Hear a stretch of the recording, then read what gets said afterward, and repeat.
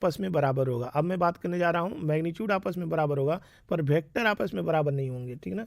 तो उसको direct shortcut formula तुम याद कर लो। तो कुल मिला के अगर तुम देखो ए और बी बराबर है तो आर यहाँ से ए माइनस बी कितना होगा, ठीक है ना।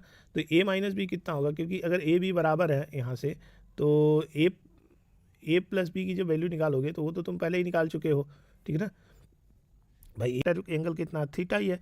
तो यहाँ से अगर ऐसा है तो मैं ऐसा लिख सकता हूँ A square plus B square minus 2ab cos theta, पहले ही देख चुके हैं प्यारे बच्चों हम लोग। यहाँ से तुम फाइनली मुझे मिलेगा माइनस 2ab कॉस थीटा। जब ए बी बराबर है तो बी के प्लेस पे मैंने ए रख दिया, यहाँ भी मैंने ए रख दिया, तो कुल मिला के यहाँ से 2a स्क्वायर आ जाएगा। तो 2a स्क्वायर यहाँ से माइनस 2a कॉस थीटा, तो यहाँ से 2a स्क्वायर ये वाला चीज़ आ जाएगा। तो 1 माइनस कॉस थीटा यहाँ बच गया।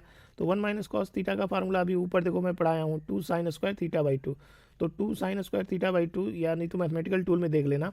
तो यहाँ से ये जो है ये 2 और 2 कितना आ जाएगा 4, और यहाँ से ए स्क्वायर, तो ए स्क्वायर जब ये रूट में है तो ये सारे रूट में है, सारे स्क्वायर है तो रूट हट जाएगा, ठीक ना। तो रूट हट जाएगा तो कितना आ जाएगा 2a साइन थीटा बाई 2, समझ रहे हो ना यार। रूट स्क्वायर ए है तो ये रूट स्क्वायर एक्स होता है। क्यों होता है भाई, क्योंकि रूट का मतलब होता है एक्स स्क्वायर का मतलब होता है 1/2, तो रूट का मतलब 1/2, 2 ने 2 को खत्म कर दिया था तो इन सब पे स्क्वायर है, तो इसको मैं लिख सकता हूँ 2a साइन थीटा बाई 2 का होल स्क्वायर, और इन सब पे रूट चढ़ा है तो 2 ने 2 को, बहुत सारे बच्चे छोटे छोटे होते हैं नन्हे मुन्ने, तो 2a साइन थीटा बाई 2 ये वाला टर्म मुझे मिल गया। अब यहाँ से थीटा स्मॉल है, छोटा है, ये भी इसमें एक बहुत वीआईपी केस है। अगर थीटा छोटा है तो साइन थीटा जो होता है वो कितना जाएगा भाई, साइन थीटा थीटा के बराबर होता है, तो ये थीटा रखो तो 2 ने 2 को, तो रिजल्टेंट ए थीटा। अब देखो प्रबंध था, देखो अगर एक पार्ट ऐसे एक बच्चा दौड़ रहा है सर्कल पे, एक कंगारू है दौड़ रहा है सर्कल पे, तो ये कंगारू सर्कल पे ऐसे दौड़ेगा, तो पहले कंगारू पॉइंट ए पे था फिर पॉइंट बी पर गया इस रास्ते, तो एंगल कितना चेंज हुआ थीटा।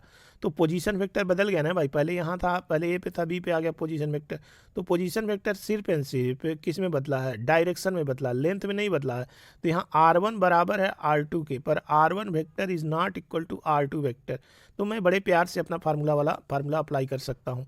तो कुल मिला के यहाँ पे अगर मैं फार्मूला अप्लाई करूँ r1 और r2 को, तो कुल मिला के यहाँ से कितना मिलेगा 2